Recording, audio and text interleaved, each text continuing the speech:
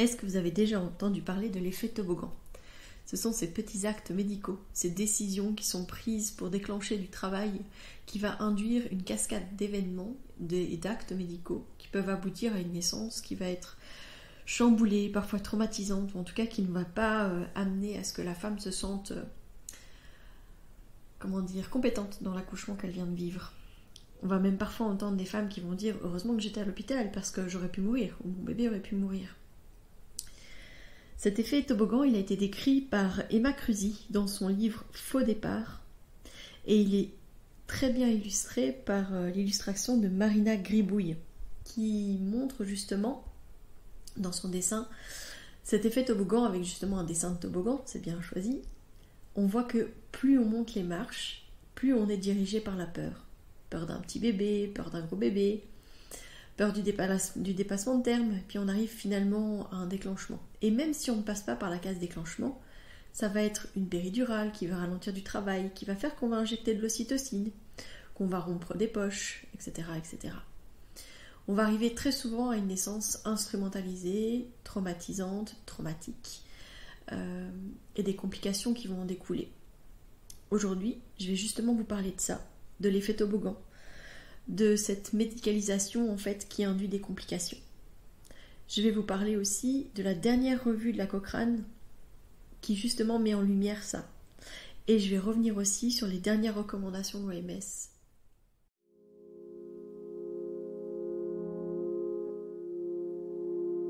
Bienvenue dans Bulle de Sage-Femme, le podcast qui déconstruit les croyances, démystifie les peurs sociétales, redonne toute sa place à la physiologie des femmes qui savent enfanter dans leur pleine puissance, mais aussi des bébés qui savent se mettre au monde.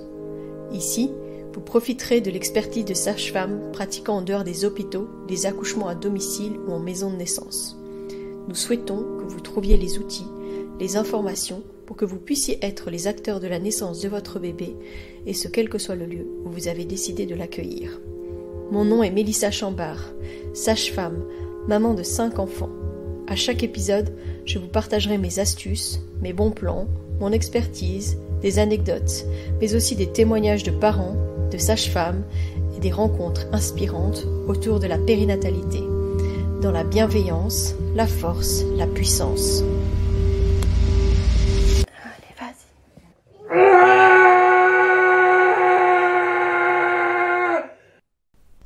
Le mois dernier, au mois de mars, il y a une nouvelle revue des études de la Cochrane qui a été faite et qui justement fait la distinction entre les naissances, un comparatif entre les naissances prévues à l'hôpital et les naissances planifiées à la maison, pour les femmes qui sont à bas risque de complications.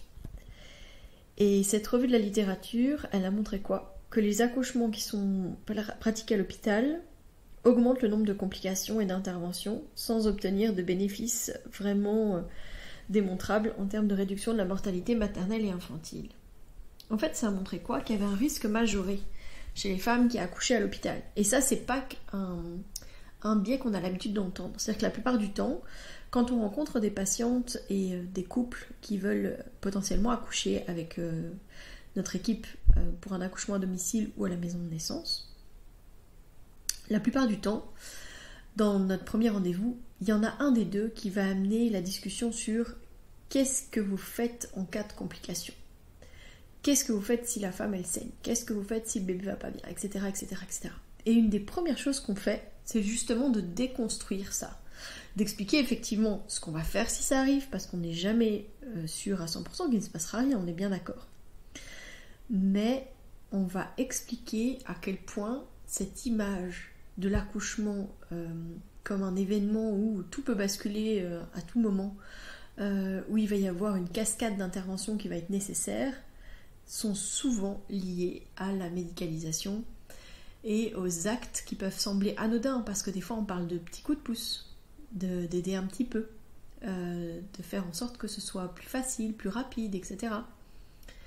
Toutes ces petites choses, en fait, c'est pas un cercle vertueux pour la physiologie. C'est au contraire un cercle très vertueux pour la médicalisation. Parce que quand on commence à mettre le pied à l'engrenage, ça tourne et ça continue. Et ça, si on n'en a pas conscience, si on ne comprend pas ce principe-là, ben en fait, on se retrouve très vite dans une situation qu'on ne contrôle plus. Cette revue, elle a quand même pu montrer qu'il y a une augmentation des risques majorés, par exemple d'hémorragie majeure. Et on parle quand même de plus de 50%. Plus de 50% aussi d'infections. Bah, c'est normal, on est dans un milieu hospitalier, il y a quand même plus de germes qui traînent par là. Donc déjà, tout ce qui est infection nosocomiale, infection à des germes particuliers, ça va être plus souvent à l'hôpital. Évidemment, plus de péridurale. Bah oui, parce que même quand une femme, elle dit qu'a priori elle choisirait bien un accouchement naturel, si elle n'est pas accompagnée de manière adéquate, si pendant ce temps-là, la sage-femme elle est dans l'obligation de suivre plusieurs femmes en même temps, elle ne pourra pas avoir la présence nécessaire pour que cette femme puisse se sentir en confiance, enfanter dans sa pleine puissance. Au contraire, si elle est seule dans des moments critiques de son travail, quand je dis critique, c'est dans des moments où elle va être vraiment... dans des moments de doute, dans des moments de peur, elle va demander la péridurale dans ces moments-là. Du coup, on explique que évidemment, on a 50 fois plus de chances, il y a 50% de chances en plus d'avoir une péridurale. 50% de chances en plus d'avoir une épisiotomie. C'est quand même énorme. 20% de plus d'avoir un risque de césarienne, 20% d'admission supplémentaire en néonatologie et 50% de difficulté d'allaitement. Bah en fait, c'est énorme, mais je trouve ça vraiment hyper intéressant que ce soit une revue de la littérature comme la Cochrane qui mette en lumière ça et qui remette en perspective justement ce que nous on essaye d'expliquer constamment. Donc ça c'est des bonnes aides pour nous, que ce soit cette revue là de littérature de la Cochrane ou que ce soit par exemple même les recommandations de l'Organisation mondiale de la santé, où il y a aussi quelques années, ça va bientôt faire 10 ans, mais il y avait eu ce numéro du Lancet qui était vraiment sur la maïeutique. C'était un résumé vraiment très intéressant, justement sur à quel point les sages-femmes étaient essentielles dans l'accompagnement des femmes pendant la grossesse, l'accouchement et le postpartum. C'était vraiment remettre l'église au milieu du village et reconnaître la spécificité de notre accompagnement et à quel point on avait besoin de ça. Dans les recommandations de l'OMS sur les soins intrapartum pour l'expérience positive de l'accouchement, donc c'était en 2018, l'OMS avait publié des nouvelles recommandations visant à définir des normes mondiales de soins pour les femmes enceintes en bonne santé et pour limiter justement les interventions médicales inutiles. Déjà à ce moment-là, donc en 2018, on mettait en lumière que la médicalisation croissante du processus d'accouchement diminuait quand même les capacités propres des femmes à accoucher et influait négativement sur leur expérience de l'accouchement. Bah évidemment, en fait. Si on passe notre temps à nous faire croire que notre corps il n'est pas capable et qu'on a besoin de ces petits gestes, de ces petites aides pour aller au bout du processus, qu'en plus ça engendre de l'inconfort, des douleurs, parfois des malpositions, qui peuvent amener vraiment à des moments où ça glisse et qu'on va avoir besoin vraiment d'aide médicale, les femmes, elles sont persuadées qu'en fait elles n'en étaient pas capables. Dans cette recommandation, il disait aussi que si le travail progresse normalement et si la femme et l'enfant se portent bien, il n'y a pas de besoin d'intervenir de manière supplémentaire pour accélérer le travail. Il rappelait quand même que l'accouchement, c'est un processus physiologique normal qui peut se dérouler sans complications et que les études avaient montré justement qu'il y avait une proportion vraiment importante des femmes qui avaient vécu au moins une intervention clinique pendant leur travail à l'accouchement et qu'elles étaient souvent soumises à des interventions systématiques sans nécessité vraiment essentielle. Mais surtout, ce qui était important, c'est qu'on se rendait compte que maintenant on utilisait de manière systématique des choses qu'on utilisait uniquement en cas d'urgence. Par exemple, l'ocytocine, utilisée de manière quasi systématique si jamais on met une femme sous péridurale, parce que la péridurale ralentit le travail, alors que même là, il disait que c'était pas forcément recommandé de le faire d'office. Mais maintenant, ça va quasi de pair. Et dans l'autre sens également. C'est-à-dire que si on met une péridurale, on va mettre de l'ocytocine pour relancer le travail. Et si jamais on avait mis de l'ocytocine à la femme pour la déclencher, on va finir par mettre une péridurale parce que c'est beaucoup trop dur pour la femme. Si on pose la question à une femme qui a eu un travail qui a été déclenché et un travail qui s'est mis en route spontanément, elle le dira, elle dira c'était pas du tout la même chose, c'était beaucoup plus dur, beaucoup plus douloureux, le rythme était difficile, etc. Si c'est difficile pour les femmes, c'est aussi difficile pour les bébés.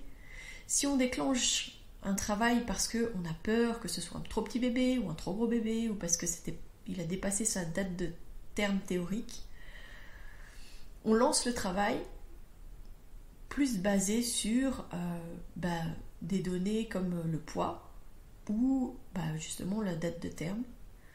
On oublie en fait que le bébé était clairement peut-être pas du tout prêt à naître à ce moment-là et qu'en fait il n'aura pas mis en place toutes les choses pour pouvoir vivre sereinement le travail. Et qu'en plus de ça, on lui met un travail qui est beaucoup plus difficile que le travail qui se serait mis en route normalement, naturellement. On lui met déjà un sacré boulet au pied. Et on aura plus de risques qu'il ait du mal à suivre au niveau du travail, qu'il fatigue plus vite et qu'on doive instrumentaliser, voire césariser plus rapidement. C'est ça que ça montre en fait, la revue de la Cochrane. Cette augmentation en fait des risques d'hémorragie, de césarienne, etc. Ou ce dont on parle aussi dans cet effet toboggan, c'est reconnaître que parfois les actes qu'on pose vont avoir des conséquences. Des conséquences sur effectivement le déroulé du travail, des conséquences sur la manière dont on va gérer le bébé au niveau des contractions, etc. Ça va amener justement à ce que l'accouchement ne soit pas serein pour lui, à ce qu'il fatigue, à ce que nous on s'inquiète et à ce qu'on prenne des décisions par rapport à ça. Et les femmes, elles vont le dire. Si j'avais su, j'aurais cherché à avoir un accouchement moins médicalisé. Si on m'avait expliqué, j'aurais peut-être fait d'autres choix. Le problème, il est là. C'est qu'il n'y a pas de réel choix éclairé.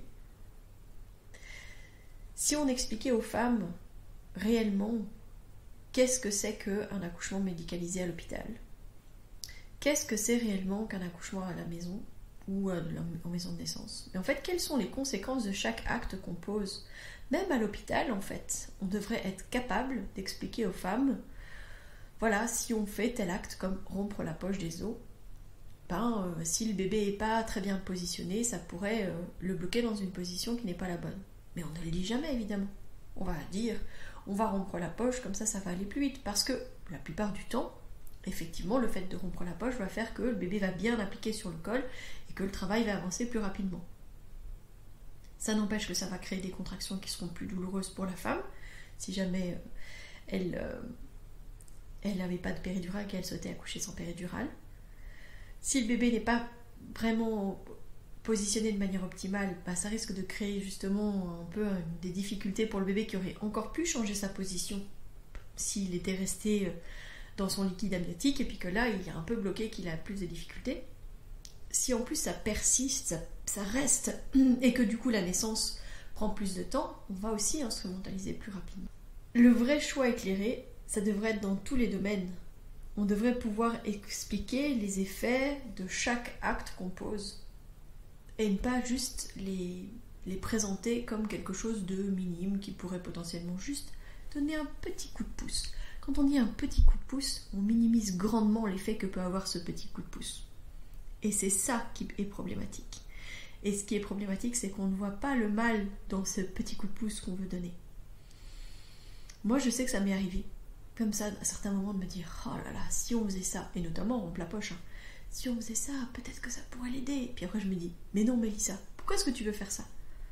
Il a ses raisons, en fait, ce bébé, peut-être de prendre son temps. D'accord ? Et qu'est-ce que tu induirais si jamais tu rompais cette poche ? Ah oui.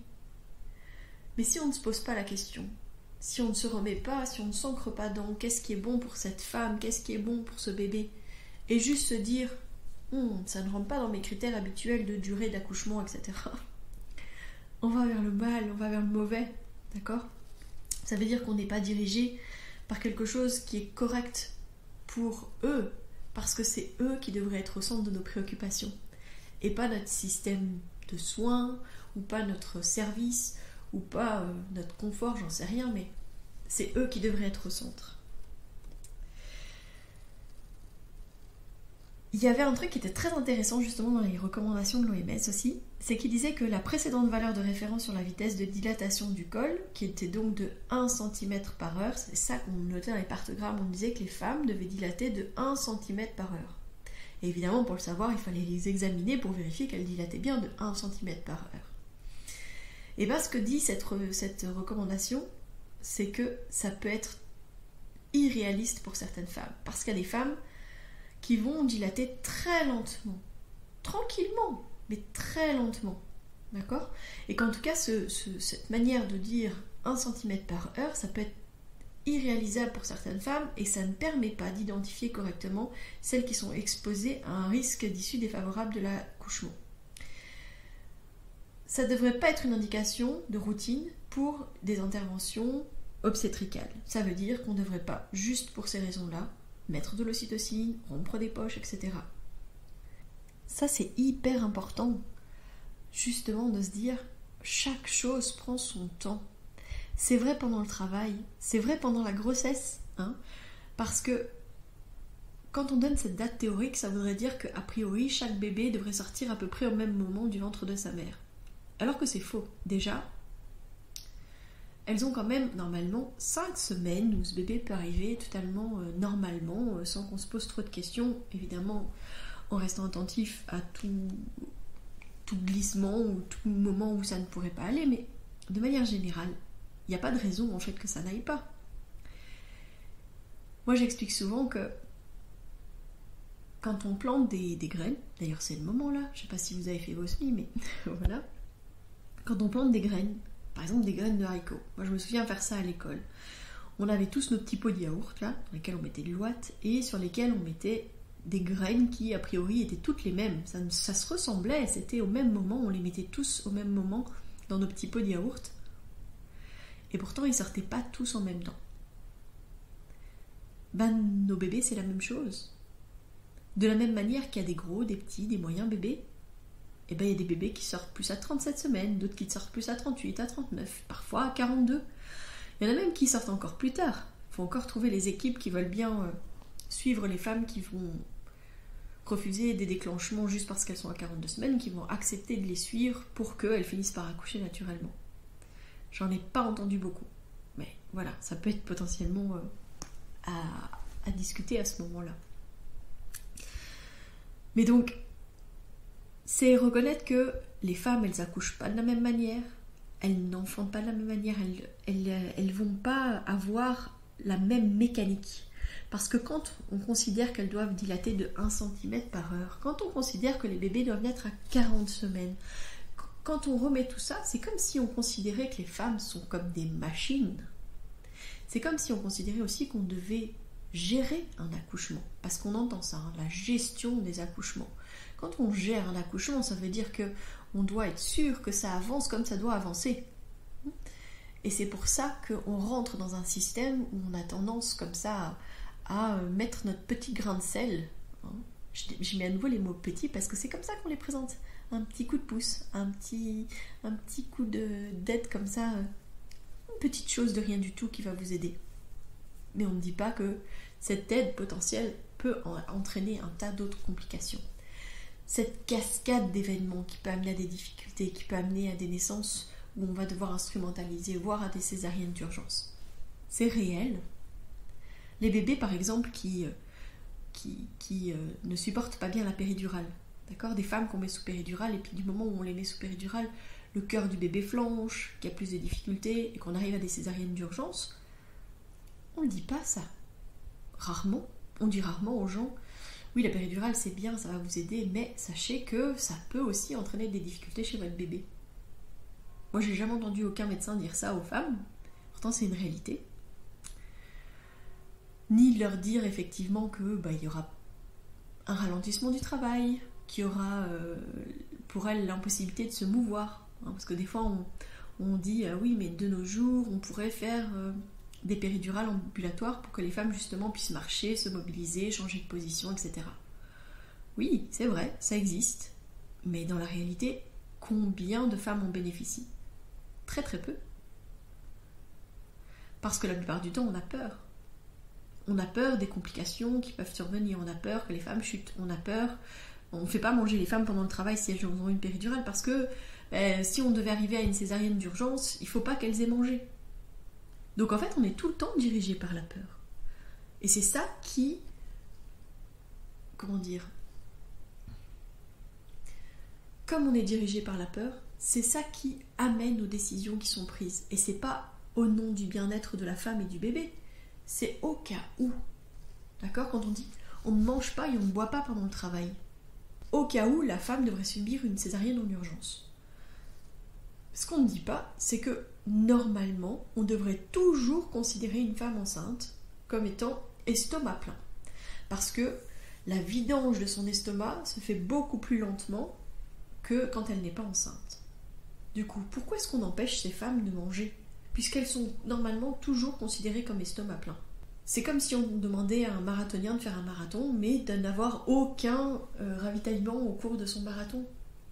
On met des boulets aux femmes, aux pieds, dans ce processus de la naissance. On les empêche d'avoir cette possibilité de se ravitailler. Je dis pas que toutes les femmes mangent. Hein. Je vois ici à la maison de naissance et à domicile qu'il y a des femmes qui ne mangeront quasi rien.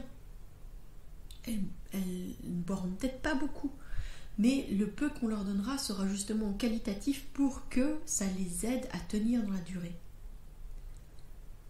Mais si en plus on leur interdit, qu'on leur dit juste des toutes petites gorgées, hein, madame, mais peut-être qu'elle a super soif et que les toutes petites gorgées là c'est vraiment compliqué pour elle. Dans les recommandations de l'Organisation mondiale de la santé, on parle aussi dans les recommandations de la continuité des soins. Et donc on parle des modèles de continuité de soins sous la direction de sages-femmes, avec par exemple une sage-femme connue ou un petit groupe de sages-femmes qui vont soutenir la femme pendant l'ensemble du continuum qui est constitué de la période prénatale, intrapartum et postnatale.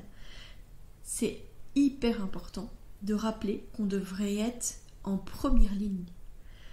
Les sages-femmes devraient être en première ligne dans le suivi des femmes et des bébés, parce qu'on sera là avant, peut-être pas pendant, si jamais c'est pas dans notre pratique de sage-femme, on sera là avant et après. On sera là quotidiennement pour aller voir cette femme, ce bébé, après la naissance, quand ils vont rentrer à la maison. Pourquoi est-ce qu'on est remis au rôle de la personne qu'on va appeler juste avant la sortie de la femme pour dire « Ah oui, madame un tel a accouché, est-ce que vous pourriez aller la voir à domicile ?» C'est pas confortable. Pas confortable pour les sages-femmes, parce que être appelée comme ça à la dernière minute pour suivre une femme qu'elle ne connaît pas, sans savoir son histoire, sans savoir la naissance, sans savoir tout ça, c'est parfois hyper compliqué. Il y a des hôpitaux qui prennent le temps d'appeler eux-mêmes les sages-femmes pour dire qu'ils ont besoin d'une sage-femme pour aller voir ce couple, cette femme, ce bébé qui a accouché il y a autant de temps, que ça, la naissance est passée comme ça, comme ça, comme ça. Mais il y a des hôpitaux où on ne prend pas du tout ça en charge et où les femmes, elles appellent elles-mêmes, où les compagnons appellent eux-mêmes pour dire « Voilà, ma femme a accouché il y a X temps, on va rentrer à la maison, on cherche une sage-femme. » Ben ça, c'est souvent des situations où les gens, ils ont été portés par le système. Ils ont suivi le chemin qui était tout tracé. Elle a découvert qu'elle était enceinte, elle a été voir son gynécologue et elle a suivi son rendez-vous. Peut-être que son gynéco lui a dit qu'elle pouvait faire de la prépa, qu'elle pouvait aller visiter la maternité, mais il lui a pas réellement conseillé forcément d'avoir une sage-femme, parce que si on nous appelle en dernière minute, c'est qu'on lui a pas dit qu'il lui fallait une sage-femme en postpartum. Reconnaître qu'on devrait être toujours en première ligne pour ça, avant la naissance, avant tout ça. Ça donnerait vraiment un moyen aussi d'informer réellement les femmes sur ce que c'est que la naissance. Leur donner la possibilité de se préparer encore à ce qu'elles vont traverser. Leur donner les informations, les petits outils qui vont peut-être les aider à faire un choix à ce moment-là. En tout cas, si jamais on leur dit « Ben voilà madame, je voudrais vous rompre la poche », peut-être dire « Mais pourquoi maintenant? Quelle est l'indication ?» Alors peut-être pas elle, parce que quand elle est en travail c'est compliqué. Mais le papa, la compagne. Le fait de permettre aux femmes, aux couples, d'être informés avant la naissance, de rencontrer une sage-femme qui va peut-être potentiellement déjà pouvoir les préparer à ce que sera la naissance de leur bébé, à tout ce qui peut potentiellement se passer. Un peu comme il y avait une gynéco qui disait qu'elle faisait ça, qu'elle faisait une préparation à la naissance où elle expliquait un peu tout comme un buffet. On va potentiellement aller chercher ceci, cela. Sur le moment, c'est quelque chose qui m'avait un peu heurté qu'elle dise ça. Et en même temps, je crois que c'est important de donner toutes les informations au couple pour qu'ils aient conscience de tout ce qui pourrait potentiellement se passer. Après, il ne faut pas que ce soit au couvert de ça qu'on prenne des décisions. Il faudrait vraiment qu'on ait l'opportunité d'expliquer l'effet de chaque chose pour que les couples, les femmes, puissent choisir en conscience ce qui est ok pour elles ou pas. Si on n'informe pas, si on ne donne pas les vraies informations, il n'y a pas de vrai choix éclairé. Quand on dit un petit coup de pouce, une petite aide, on minimise grandement l'effet de ces actes qu'on pose. Et du coup, on tronque en fait l'information. Sans le vouloir, mais on tronque l'information. Avec une information éclairée avant, ils peuvent vraiment prendre un choix, faire un choix, prendre une décision sur le moment même par rapport à leur situation, où est-ce qu'ils en sont et qu'est-ce qu'ils souhaitent à ce moment-là. Pour ça, la préparation, la communication va grandement aider. Donc merci à l'OMS de recommander la continuité des soins, évidemment. Un vrai choix éclairé, ça devrait être justement d'expliquer les bénéfices et les risques de chaque chose, de chaque choix, que ce soit un accouchement à domicile, en maison de naissance, un plateau technique, un gîte de naissance, un accouchement à l'hôpital. La plupart du temps, on ne dit pas ça. On mure les femmes, les couples, dans le système qu'on souhaite. Ce qui est la réalité aussi, c'est que parfois les réflexions que peuvent avoir les parents quand ils annoncent qu'ils font le choix d'accoucher en dehors de l'hôpital, c'est qu'on leur parle de la peur. On leur dire « Mais pourquoi est-ce que vous faites ça? Vous savez, il y a des risques de complications, le risque de faire une hémorragie. Qu'est-ce que vous allez faire si elle fait une hémorragie ?» En fait, déjà, il faut savoir quand même qu'il y a moins de femmes qui font des hémorragies en dehors de l'hôpital qu'à l'hôpital. Mais ça, on ne le dit pas. Je lisais justement sur le compte Instagram de Floriane, la sage-femme qui fait des accouchements à domicile. Et il y avait des témoignages de femmes qui disaient « Mais on m'a dit des choses d'une violence inouïe. Hein, on l'a dit, c'est pas un challenge, vous savez... vous avez plus de risques de complications sans péridurale, vous allez laisser 2 orphelins, vous avez pensé à la vie avec un enfant lourdement handicapé, parce que le pire, c'est qu'il mourra peut-être pas, et que vous aurez un gogol dans les bras, quoi. » Mais quelle violence! Comment on peut dire ça aux gens? Comment on peut ne pas reconnaître que accouchement en dehors de l'hôpital, accouchement à domicile ne veut pas dire catastrophe? Ne veut pas dire enfant lourdement handicapé, comme s'il n'y en avait pas à l'intérieur des hôpitaux, des bébés qui avaient été malmenés et qui finissent à avoir des difficultés ensuite. La peur, être dirigé par la peur, et vouloir diriger les gens dans notre sens par la peur, ça ne devrait pas être notre motivation. C'est pour ça que je dis que moi aussi, il faut peut-être que je réfléchisse à la manière dont je parle et à la manière dont je présente les choses. Il n'y a pas un seul endroit unique où on accouche de manière respectée. On devrait pouvoir accoucher de manière respectée partout, dans toutes les situations. Même une césarienne devrait être respectée au maximum, si c'est possible. En fait, il serait juste bon de reconnaître que souvent on pense qu'on est plus à l'abri, plus en sécurité à l'hôpital, parce qu'il y a tout le matériel, qu'il y a tout le personnel médical qui est sur place. Mais en fait, même la revue de la Cochrane, ce qu'elle dit, c'est que, effectivement, pour les femmes à bas risque, c'est pas plus sûr d'accoucher à l'hôpital finalement, parce que il faut reconnaître ce risque qu'est l'hypermédicalisation. Donc, aujourd'hui, si je vous parle de l'effet toboggan, c'est plus pour que vous ayez aussi conscience que parfois, ces petits coups de pouce, ces petites aides, c'est peut-être pas vraiment pour votre bénéfice à vous. Et peut-être aussi pour que mes collègues, quand elles amènent ça, quand on leur propose ça, qu'elles soient capables de se poser la question de est-ce que c'est vraiment nécessaire? Est-ce que c'est pour le bien de cette femme et de ce bébé, ou est-ce que c'est juste pour que ça rentre dans les protocoles, dans les lignes, dans les timings qui sont prédéfinis? Posons-nous la question. Remettons peut-être en cause justement un système qui n'est pas basé sur le bien-être des femmes et des bébés. C'est eux pourtant qui devraient être au centre de nos préoccupations. Mais si c'est juste se baser sur justement cette idée de 1 cm par heure. C'est vrai que maintenant, l'OMS préconise un toucher vaginal toutes les 4 heures. Et il considère qu'une femme est réellement en travail actif qu'à partir de 5 cm. Ça veut dire qu'avant 5 cm, on est dans la première phase, là, dans la phase de latence. Et que ça peut prendre beaucoup de temps. Si déjà on se dit ça, on arrêtera de médicamenter, instrumentaliser, accélérer, etc. trop rapidement. Respectons cette première phase. Se poser les bonnes questions et se demander si on ne va pas nous induire un effet iatrogène par nos actes. Accepter que justement on ne fait pas toujours que du bon, qu'on n'est pas surpuissante et que on doit reconnaître parfois les effets que peuvent avoir nos actes sur les femmes, sur les bébés. Ça, c'est hyper important. Je parlais des violences obstétricales la dernière fois et je vous disais, il n'y a pas une sage-femme, à mon avis, qui se lève le matin et qui dit aujourd'hui je vais être maltraitante. Non, bien sûr que non, sinon on ne ferait pas ce travail.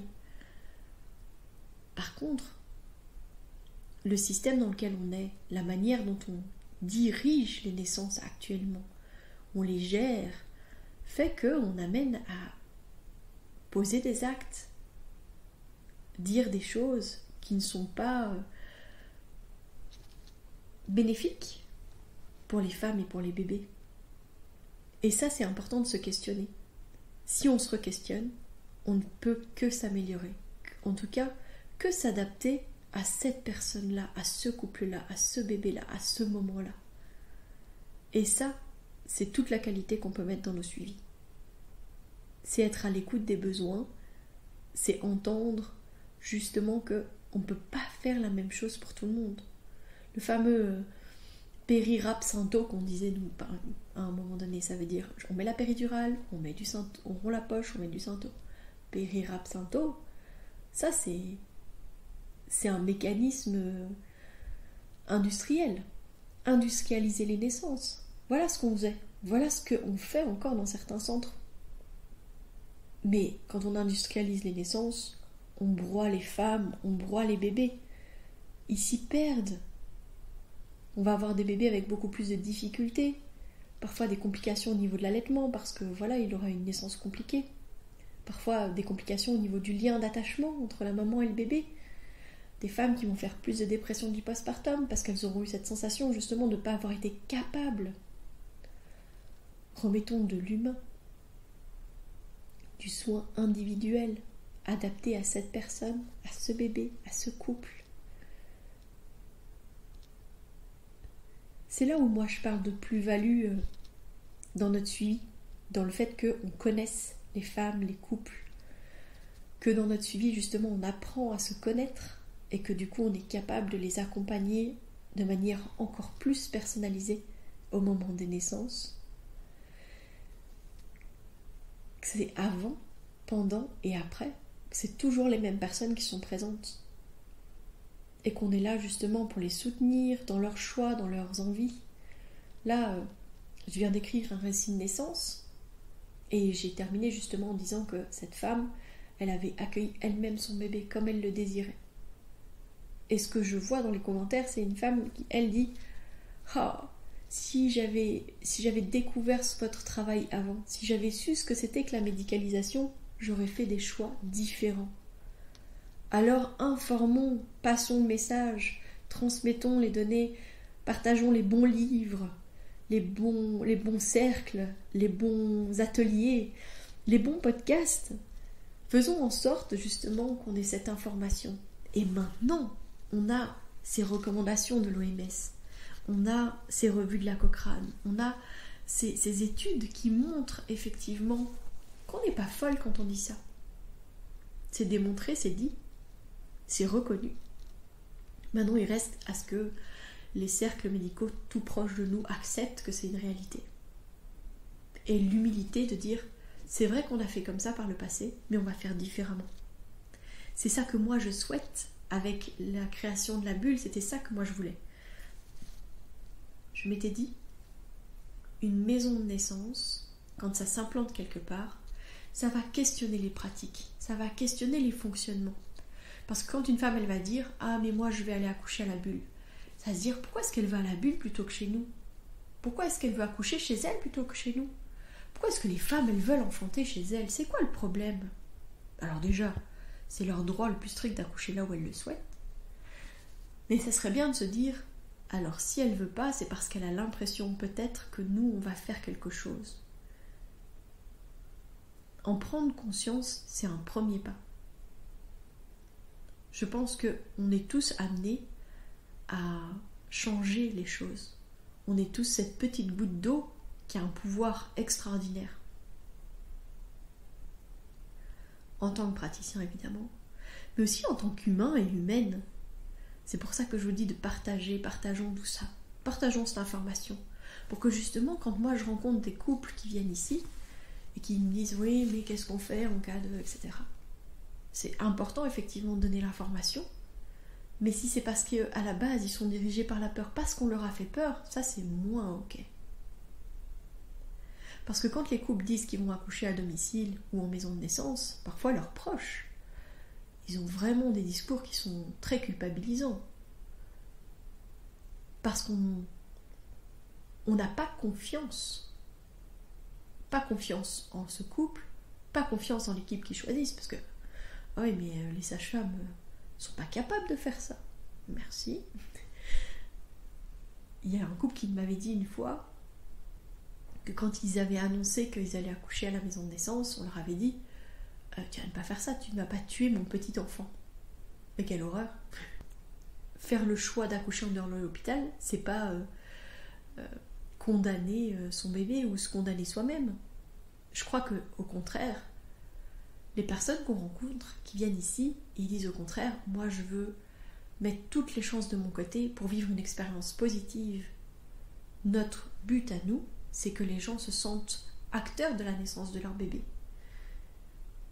C'est qu'ils vivent une expérience positive, transcendante. Quand on dit que c'est le rite initiatique des femmes, ça serait quand même tellement chouette qu'elles le vivent de manière positive, qu'elles se rendent compte à quel point elles ont une force à l'intérieur d'elles. Mais ça, c'est uniquement si on reconnaît que c'est elles qui ont tout en elles pour pouvoir le faire. Et que ce ne sont pas les actes que nous allons poser qui vont faire qu'elle va y arriver. Et je vais terminer avec une dernière chose. C'est que justement avec cet effet toboggan, avec cette manière de diriger les naissances, avec cette manière de vouloir faire des petits gestes, des petites aides, des petites choses qui vont peut-être amener à une dégringolade, c'est déposséder les femmes de leur accouchement. C'est leur faire croire que leur corps n'est pas capable de mettre au monde leur bébé si elles n'ont pas ces petites aides-là. Et on en arrive à cette manière de parler qu'on a dans notre société quand on dit « j'ai été accouchée par » ou alors on dit « qui t'a accouché ?» Mais en fait, on ne devrait pas accoucher les femmes. Ce sont les femmes qui enfantent. Ce sont les femmes qui mettent au monde leur bébé. Moi, quand j'entends quelqu'un qui dit « Ah oui, c'est Mélissa, elle m'a accouchée », je le dis toujours « Ah non, moi j'accouche personne. » Je suis présente aux naissances, je porte l'espace. Je veille à ce que vous alliez bien, à ce que ton bébé et toi vous alliez bien. Mais je ne t'accouche pas. Et si j'ai la chance d'accueillir ce bébé parce que la situation fait que ni la maman ni le papa ne peut attraper le bébé, accueillir ce bébé parce qu'on est dans une situation où je vais avoir besoin de mettre mes mains parce que il peut pas juste se déposer là où il est, parce que des fois c'est juste ça, il se dépose. Quand j'ai cette chance là, c'est pas pour autant que j'ai accouché cette femme, je n'ai fait que accueillir son bébé et c'est pas du tout la même chose. Voilà, c'était un peu un petit cri du cœur là sur cet effet toboggan, sur cette médicalisation.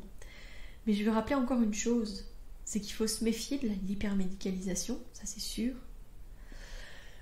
Mais il faut aussi se méfier de l'hypernormalisation. Et ça, qu'est-ce que c'est ?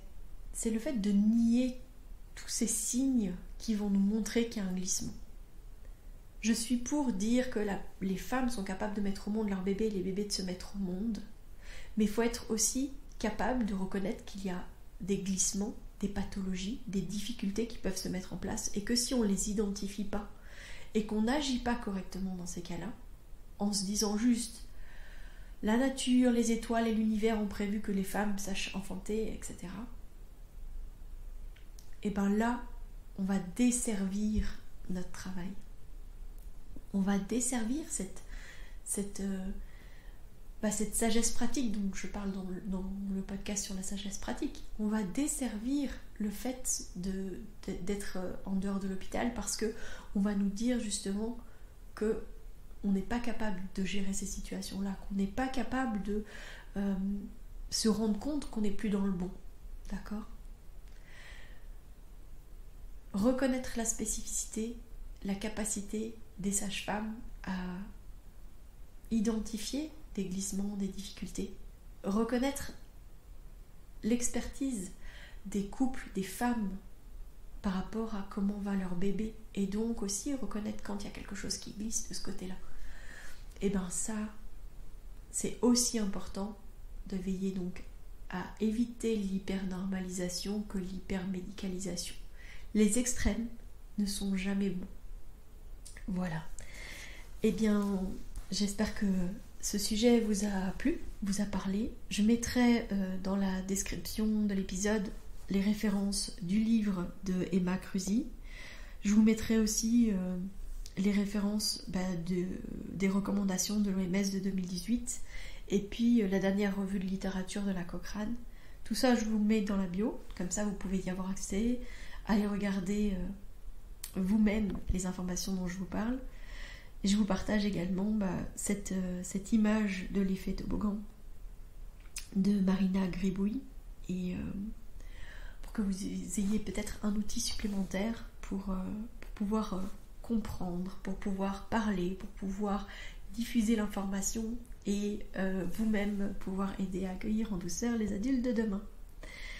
Petit rappel, ce week-end, c'est enfin notre salon Naître et Grandir en douceur. On a plus que hâte de vous y rencontrer, on a plus que hâte de vivre ce moment intense. Ça sera la dernière fois que je vous en parle, en tout cas pour vous prévenir que c'est là. Mais ça va être, à mon avis, extraordinaire. Donc c'est à Senef et non à Feluy. Donc c'est pas à la maison de naissance, c'est la maison de naissance qui l'organise, mais c'est pas à la maison de naissance. Notre structure est bien trop petite pour accueillir tous ces exposants, tous ces débats, tous ces ateliers qu'on a prévus. Mais donc c'est à la salle, à la place Pen d'Agenais à Senef. Bienvenue à vous, de 10 à 18h. On a prévu aussi un bar, un restaurant. Ça va être extraordinaire. Venez passer ce moment avec nous et faire connaissance. Voilà, réseauter. Je vous dis à la semaine prochaine. D'ici là, portez-vous bien. Si vous souhaitez échanger à propos des différents sujets abordés dans ce podcast, vous pouvez interagir sur les posts dédiés à chaque épisode sur nos réseaux sociaux Facebook et Instagram. Vous pouvez également me joindre par email à melissa.chambard@gmail.com. Je serai également ravie de collaborer avec vous, que ce soit pour un témoignage, une rencontre ou pour savoir quel sujet vous intéresserait à l'avenir. Je vous invite à vous abonner pour ne rien louper des prochains épisodes, mettre des étoiles, des commentaires et surtout à partager pour faire rayonner, voyager ce podcast, pour démystifier l'accouchement en dehors de l'hôpital, parler de ses suivis, de ses naissances et continuer à accueillir en douceur les adultes de demain.